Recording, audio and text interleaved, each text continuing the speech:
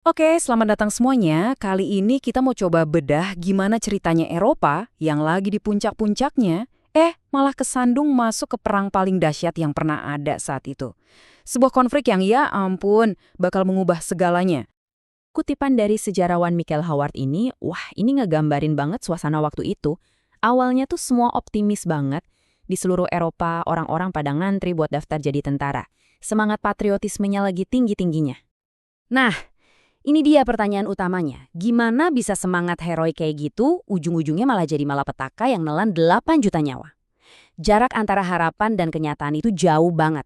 Untuk ngerti ini, kita harus mundur sedikit. Lihat kondisi Eropa sebelum perangnya meletus. Oke, yuk kita mulai dengan kenalan dulu sama para pemain utamanya, para kekuatan besar di Eropa. Dari luar sih kelihatannya benua ini makmur banget, jaya banget. Tapi di baliknya penuh dengan rasa cemas dan gak aman. Yang pertama, Jerman. Dia ini pemain baru yang paling kuat dan paling dinamis. Ekonominya melesat, tapi pemerintahannya itu masih feodal banget. Sangat militeristik di bawah Kaiser Wilhelm II. Nah, mereka ini punya rasa cemas yang mendalam. Kenapa? Ya bayangin aja, negara baru yang dikelilingi kerajaan-kerajaan tua. Jadi mereka tuh ngerasa harus terus-terusan pamer kekuatan. Campuran ambisi sama rasa cemas inilah yang bikin Jerman jadi negara paling nggak bisa ditebak di Eropa saat itu. Terus ada Prancis. Wah, ini situasinya menarik banget. Secara budaya, mereka masih jawaranya. Tapi kalau soal jumlah penduduk dan kekuatan ekonomi, mereka ketinggalan jauh dari Jerman. Rasa takut inilah yang jadi pendorong utama kebijakan luar negeri mereka. Fokusnya cuma satu, cari temen, cari sekutu buat nahan laju Jerman. Beda lagi sama Inggris. Mereka tuh maunya main aman aja, nggak mau ikut-ikutan urusan di daratan Eropa. Tapi masalahnya, sebagai negara kepulauan, mereka sangat bergantung sama impor. Jadi mereka terobsesi banget buat mempertahankan supremasi angkatan lautnya. Ada ancaman sedikit aja ke angkatan laut mereka, apalagi dari Jerman, itu dianggap sebagai ancaman hidup mati. Nah, ini contoh bagus banget buat lihat betapa rapuhnya situasi internal Kekaisaran Austria-Hungaria.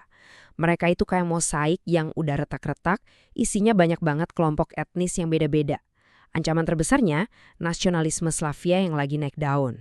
Karena logikanya, kalau satu kelompok berhasil merdeka, yang lain bakal ikut-ikutan. Dan bubar deh semuanya.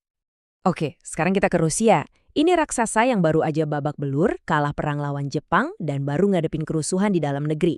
Sekarang, fokus mereka balik lagi ke saudara-saudara Slavia mereka di Balkan. Dan ini jelas menempatkan mereka di jalur tabrakan langsung dengan Austria-Hungaria. Terus, gimana caranya negara-negara ini ngatasin rasa cemas mereka? Jawabannya, mereka bikin sistem aliansi yang rumit banget. Sebuah sistem yang kelihatannya aman, tapi ternyata malah jadi kayak pemicu bom waktu buat seluruh benua. Jadi ada dua kubu utama. Di satu sisi ada aliansi tiga, Jerman, Austria-Hungaria, sama Italia. Ini fakta pertahanan yang kaku banget. Di sisi lain ada Entente III, kesepahaman yang lebih longgar antara Prancis, Rusia, dan Inggris. Sistem ini bikin Eropa jadi kayak dua kubu bersenjata yang saling tatap-tatapan. Cuma butuh satu percikan api kecil dan semuanya bisa meledak. Dan percikan api itu akhirnya muncul di musim panas 1914. Krisisnya memanas dengan super cepat. Kenapa? Karena semua orang, dari jenderal sampai rakyat biasa, percaya sama satu mitos yang fatal banget. Kalaupun ada perang, pasti bakal cepat selesainya. Coba deh kita lihat seberapa cepat semuanya jadi kacau. Dimulai dari pembunuhan tanggal 28 Juni, itu memicu ultimatum lalu deklarasi perang.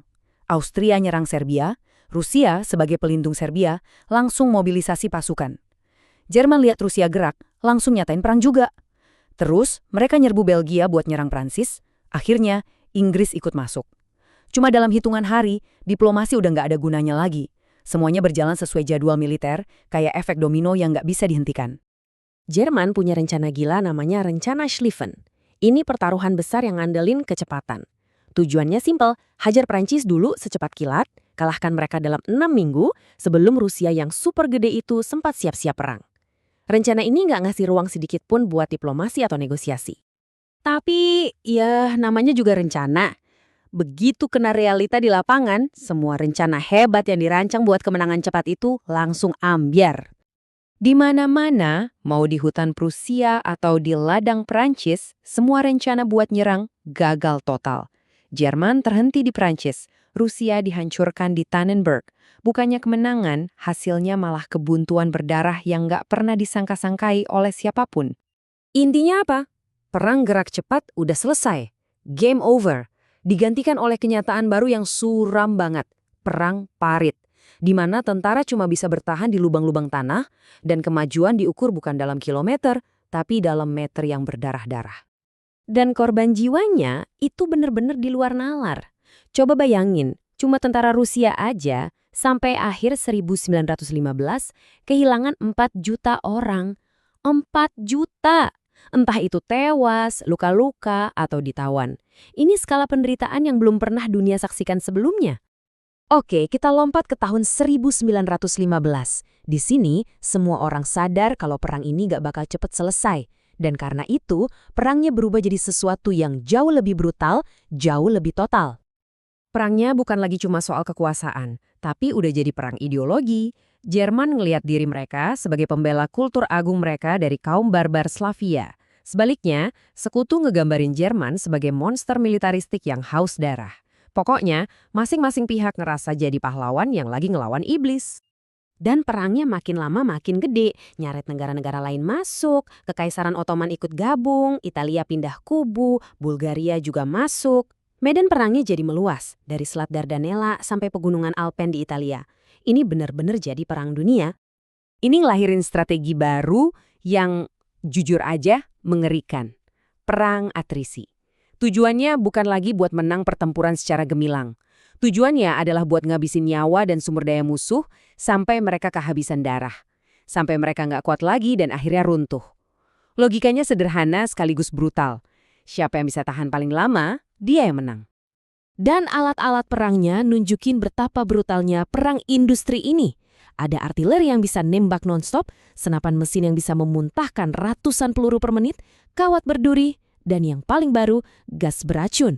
Teknologi pertahanan bikin setiap upaya penyerangan jadi ajang pembantaian massal.